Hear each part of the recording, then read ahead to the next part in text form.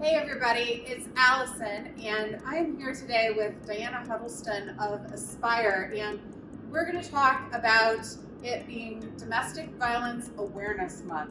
And with all of us going through what we have with COVID, it's really important for us to be aware of those that might be experiencing challenges beyond what the rest of us are even experiencing because of their situation at home. So I wanted to talk to Diana a little bit about this and let you guys know that we're thinking of things that maybe someone out there needs to hear. So tell us a little bit about what we can do in order to bring a little bit more awareness to this topic. Sure, thank you, Allison. Happy to be here. One of the first things you can do is talk about it. So it's great that we're having this conversation today because people need to have the awareness and be aware that there are folks in our communities, there are family members and friends that are in unsafe situations. And so having these conversations is really the first start to bring awareness. Unfortunately, in a lifetime, 1 in 3 women experience partner domestic abuse. 1 in 7 men. We know that men are underreported, and so that's probably higher. And we also know that 53% of all of us know someone who's been or is in a domestic violence situation. And so being able to talk about it and bring it forth and creating safe spaces for people that are in those situations to be able to come to and have conversations with safe persons is really important. Sure. So if I'm being a good friend to someone and I notice they're acting maybe a little differently, how does someone approach that topic with a friend?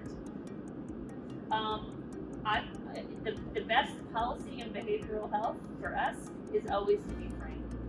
Do you feel safe? Are you in a safe situation? Is there something that I can do to help you? And people may back away from that, but also they know you've asked a question.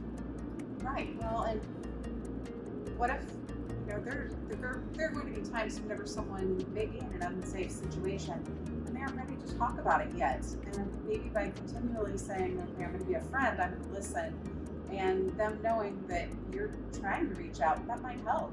Absolutely. One of the best things that you can do is acknowledge that someone is in a scary situation, that it's brave of them to want to talk about it, it's brave of them to listen to you as you are trying to ask support. It's also important that we don't judge and that we just try to really hear them, because I don't know what anyone's personal situation is or why they have to make the decisions that they make. And so I need to keep a person talking, I need to be really open. So if someone you think is in this situation and maybe they do finally open up, what's a good next step? I would really encourage them to reach out and ask for help. There are a lot of resources in Boone County. We're very lucky to have that.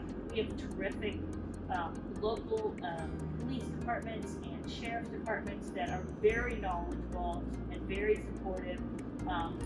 There are other mental health providers. Mental Health of America has a domestic abuse program. Even in our sister counties around us, there are great organizations like Prevail that does a lot of work in this area. And so reaching out for help, looking online if they need additional resources. The Domestic Violence Network out of Indianapolis, that really serves the whole state, has lots of resources and support.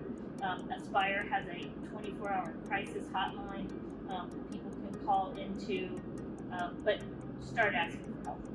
Well, and we were talking before we started this video, one of the things is that there are times whenever people are on Zoom a lot. We aren't seeing people face to face.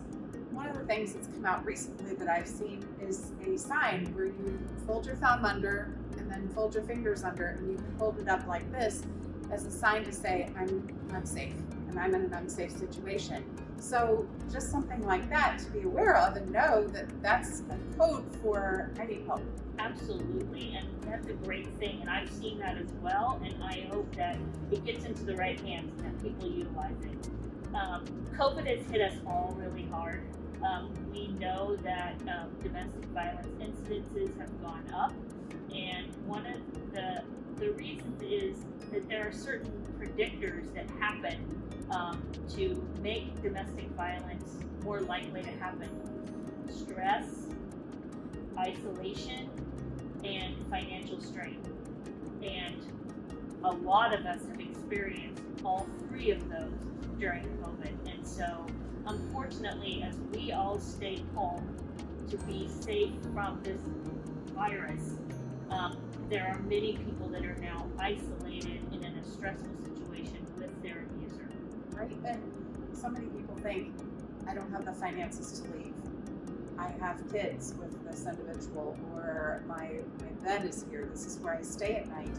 But there are places for people to go. There are places in this county for people to go. Absolutely, there are, and there are resources to help people nationally, in the state and locally to support folks that are going through this. And people in this county are very open to wanting to help and to support. And secondarily, if they need mental health support, that's the second step. Is it's not just about leaving or making a difference. It's about being able to try to put your life back together and make sure that you're okay. Right? That's a huge part of it. So, is there anything else you want to add? This has been a real eye opener to really think about, how many people out there might be in trouble and others don't know it. So, Absolutely. I would just encourage people to be good listeners, offer support, direct them to all the great services that we have available in this community, and making sure that you're there to, if they need transportation, or back them up, or take them to an appointment, right? That's really valuable and helpful. Yeah. So thank you. We really appreciate your time. Thank you.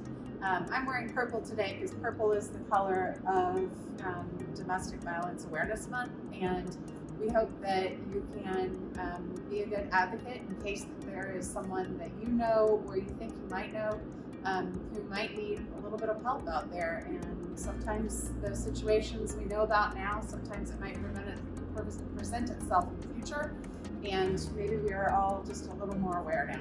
So thank you. Thank you so much.